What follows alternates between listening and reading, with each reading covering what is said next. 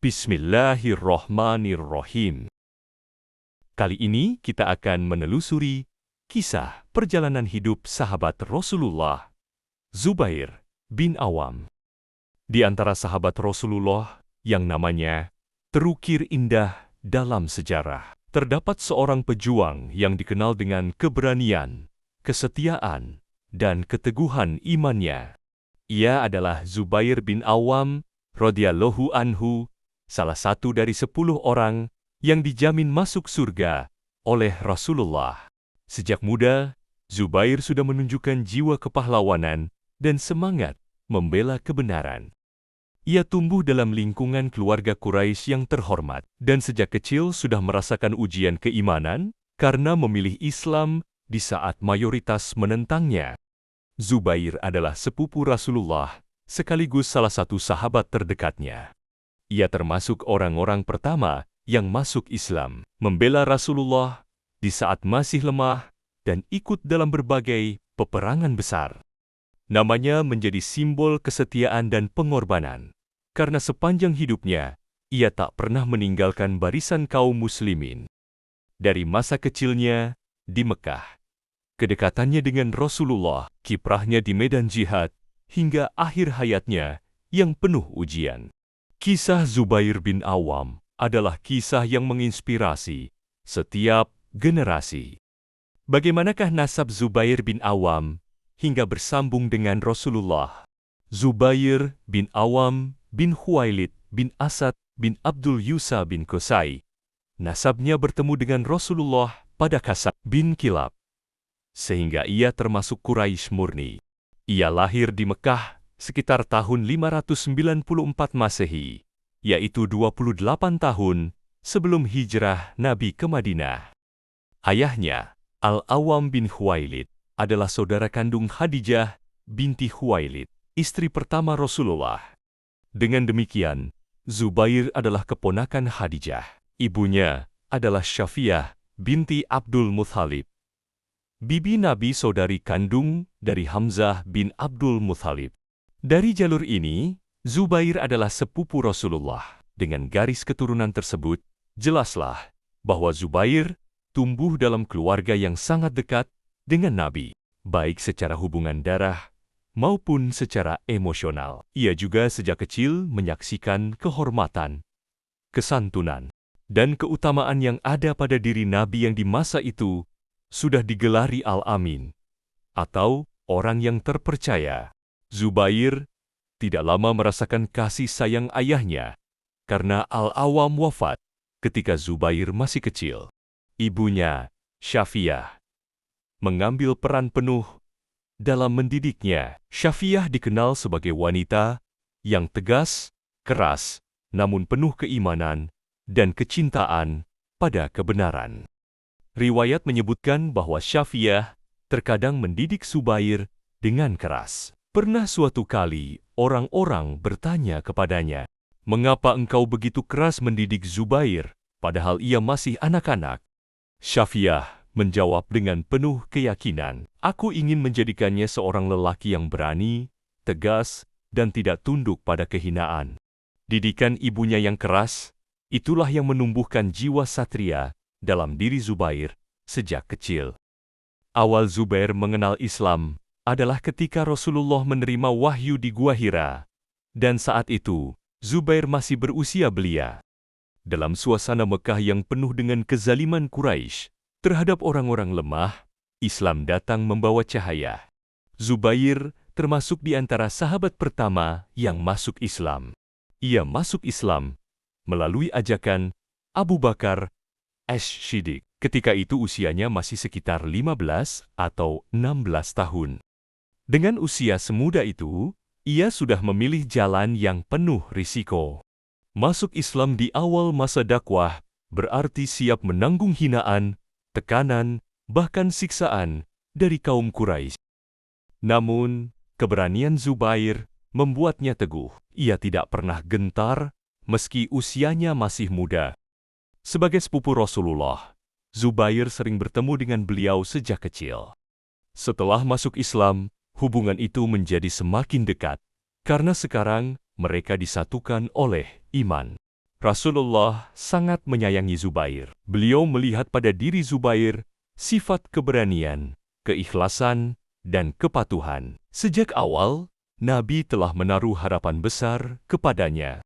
Karena di usianya yang masih remaja, Zubair menunjukkan jiwa satria yang jarang dimiliki oleh anak muda seusianya. Salah satu kisah yang paling terkenal dalam sejarah hidup Zubair adalah ketika ia mendengar kabar bahwa Rasulullah telah dibunuh oleh kaum Quraisy. Kabar ini menyebar di Makkah dan membuat kaum muslimin resah. Tanpa berpikir panjang, Zubair segera mengambil pedangnya, lalu berkeliling kota Makkah dengan penuh keberanian, mencari tahu siapa yang telah melukai Rasulullah. Ketika ia akhirnya bertemu Rasulullah dan mengetahui bahwa kabar itu tidak benar, wajah Zubair menunjukkan rasa lega. Rasulullah melihat keberanian anak muda itu, lalu mendoakannya dan memberinya keutamaan. Sejak hari itu Zubair dikenal sebagai orang pertama yang menghunus pedang di jalan Allah. Peristiwa ini menjadi bukti nyata betapa cintanya ia kepada Rasulullah dan betapa besar tekadnya untuk membela beliau tanpa peduli pada dirinya sendiri. Meski berasal dari keluarga Quraisy yang terhormat, bukan berarti Zubair luput dari ujian. Kaumnya mencemooh pilihannya untuk mengikuti agama Muhammad. Dalam beberapa riwayat, disebutkan bahwa ia juga pernah ditindas karena keimanannya. Namun setiap kali ia diuji, imannya tidak goyah. Ia justru semakin teguh karena keyakinannya bahwa Islam adalah kebenaran. Beberapa sifat utama Zubair yang tampak sejak muda adalah memiliki keberanian luar biasa. Ia tidak gentar menghadapi siapapun. Memiliki ketaatan dan keteguhan. Meski muda, ia taat kepada Rasulullah dan tidak pernah bermain-main dalam agamanya. Zubair tidak silau oleh harta atau kedudukan. Meski ia berasal dari keluarga Quraisy, memiliki kedekatan dengan keluarga Rasulullah. Karena ibunya bibi Rasulullah, ia sering hadir dalam lingkaran keluarga yang penuh dengan iman. Ketika Rasulullah memerintahkan kaum muslimin untuk hijrah ke Madinah, Zubair termasuk sahabat yang ikut serta. Ia meninggalkan Mekah, kampung halamannya, demi menjaga agamanya. Di Madinah, Zubair menjadi salah satu tokoh penting kaum muhajirin. Ia ikut membangun masyarakat baru bersama Rasulullah. Dari sinilah peran besar Zubair dalam sejarah peperangan Islam dimulai. Rasulullah melihat bahwa pemuda ini bukan hanya bersemangat, tetapi juga penuh ketulusan. Di antara para sahabat, Zubair dikenal cepat memahami perintah, tidak banyak bertanya dengan maksud meremehkan, dan tidak pernah menunda kebaikan. Ia termasuk generasi awal yang siap berkorban tanpa syarat. Kedekatan emosional ini terlihat jelas ketika Rasulullah memuji Zubair dengan kalimat, "Setiap nabi memiliki hawari atau penolong setia, dan hawariiku adalah Zubair bin Al-Awam." Hadis riwayat Al-Bukhari dan Muslim. Ucapan ini tidak main-main. Gelar hawari bermakna sahabat yang paling setia, yang rela berkorban jiwa, raga.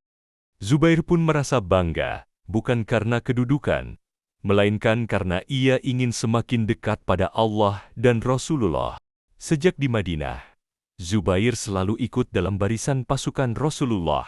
Ia memiliki keahlian luar biasa dalam berkuda dan memanah.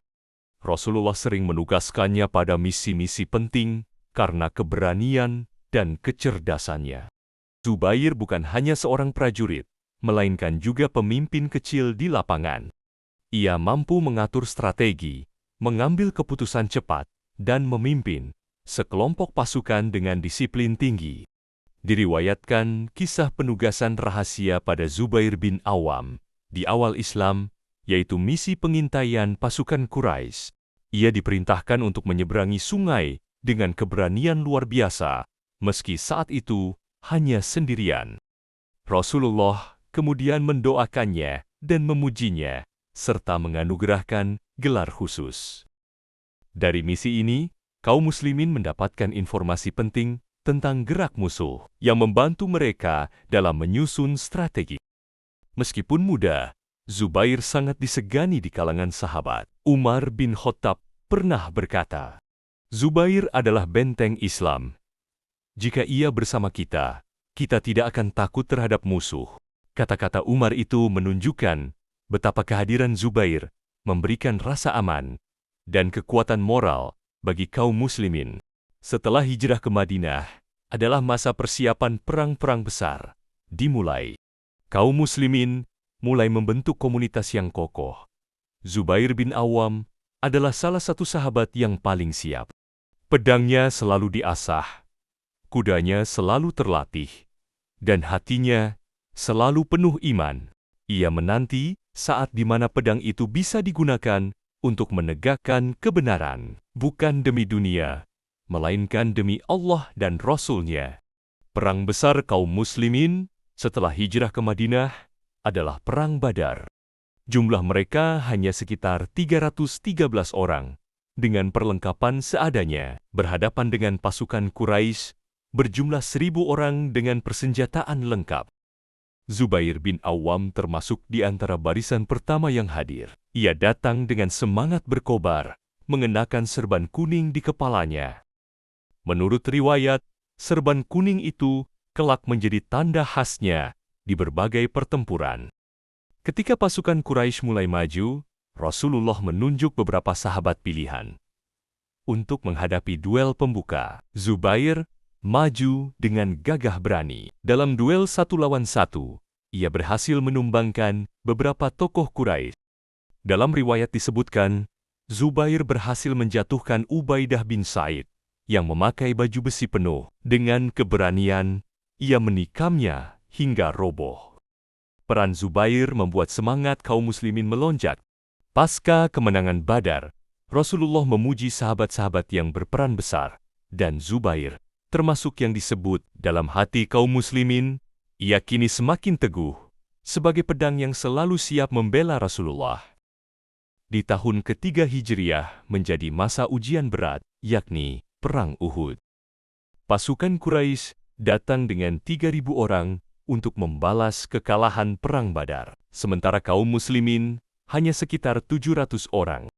Zubair bin Awam mendapat amanah penting sebagai salah satu pemimpin sayap pasukan muslim. Ia bertempur dengan penuh strategi dan keberanian.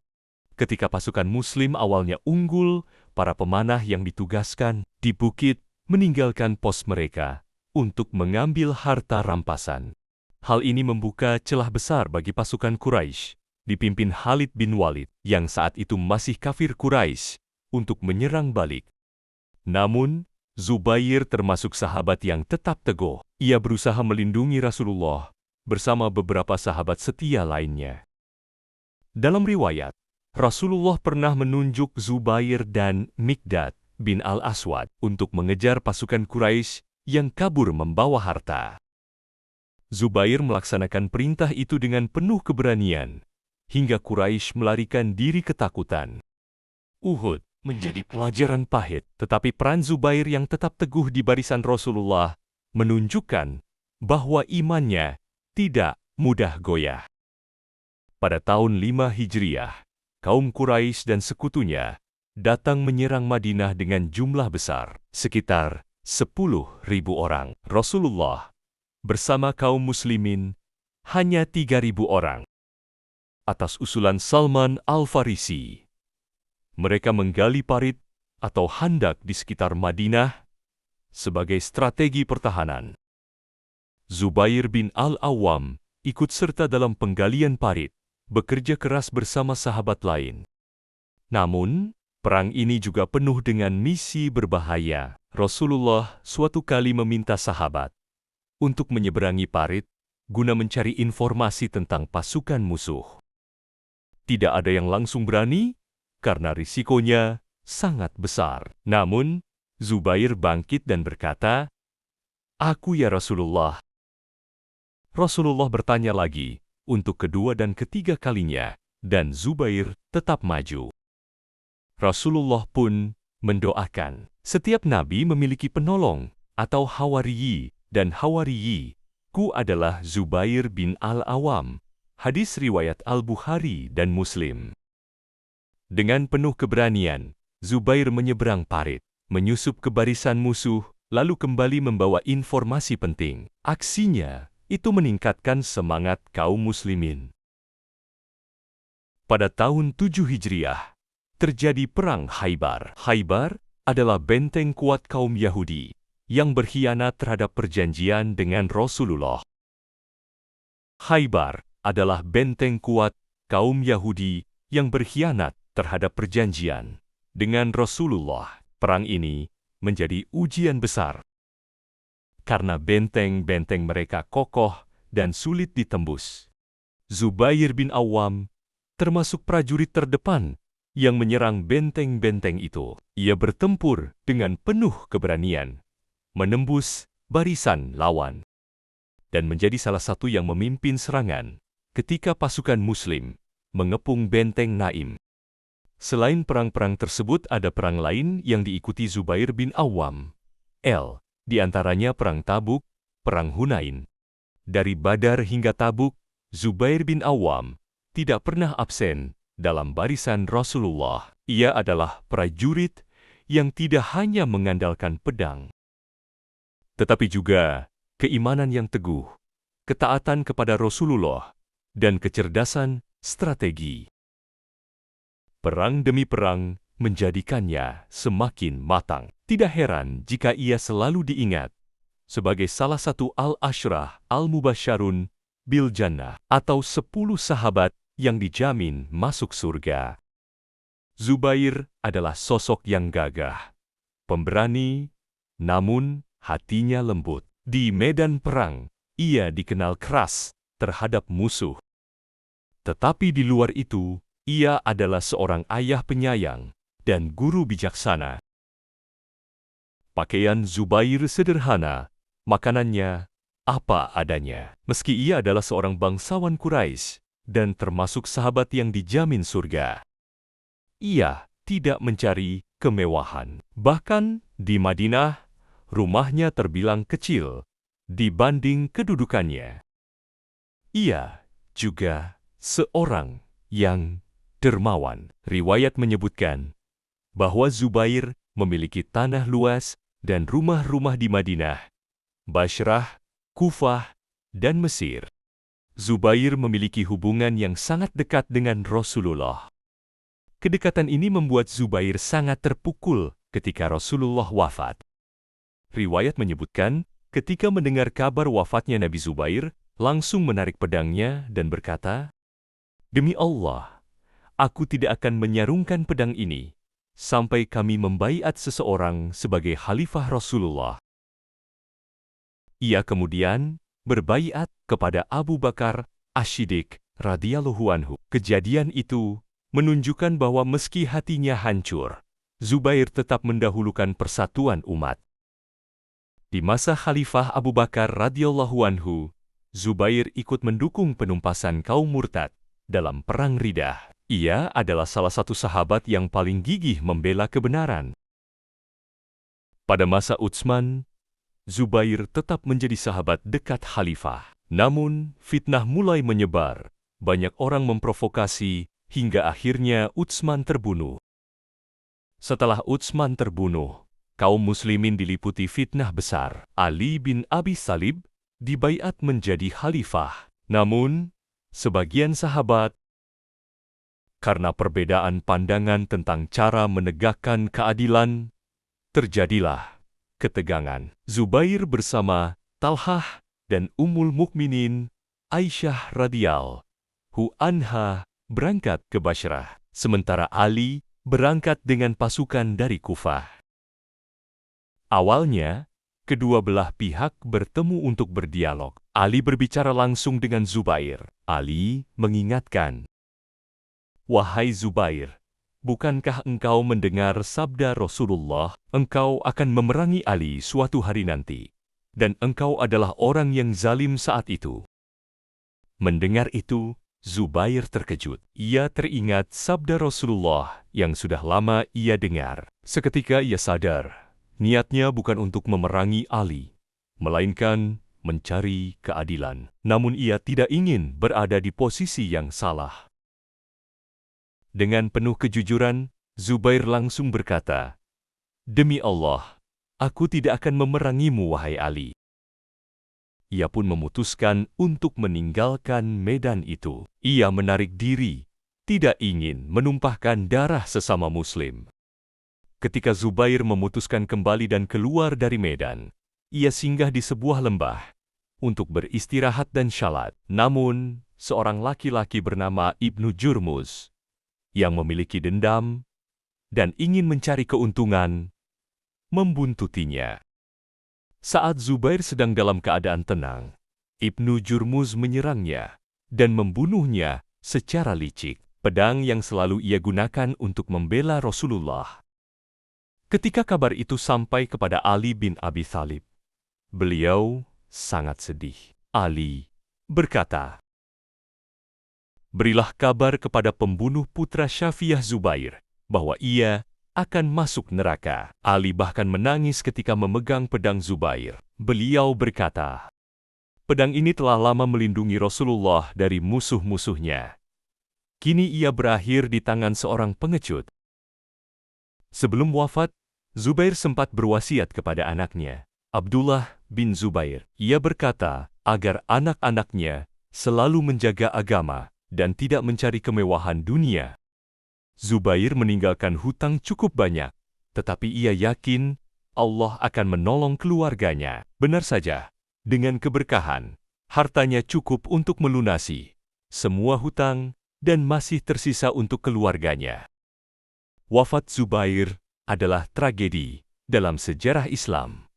Ia dibunuh bukan oleh musuh kafir, tetapi oleh seorang Muslim yang terjerumus fitnah. Inilah pelajaran pahit dari masa-masa penuh fitnah setelah Rasulullah. Namun, warisan teladan Zubair tetap hidup. Ia adalah orang yang sejak muda membela Nabi yang pertama menghunus pedang di jalan Allah yang dijamin surga, dan yang wafat dalam keadaan tetap berpegang pada keimanan. Perjalanan hidup Zubair adalah perjalanan iman dari seorang pemuda yang disiksa karena Islam menjadi pelindung Rasulullah, pahlawan di setiap perang besar. Hingga akhirnya wafat dalam fitnah yang memilukan. Ia bukan hanya prajurit gagah, tetapi juga seorang ayah penuh kasih, seorang Muslim yang zuhud, dan sahabat yang setia. Dengan semua kisahnya, ia mengajarkan bahwa kebenaran harus diperjuangkan dengan keberanian, tetapi juga dengan hati yang lembut, bahwa dunia hanyalah persinggahan, dan yang sejati hanyalah ridha Allah. Alhamdulillah, wallahu alam bishawab. Barakallahu fiikum.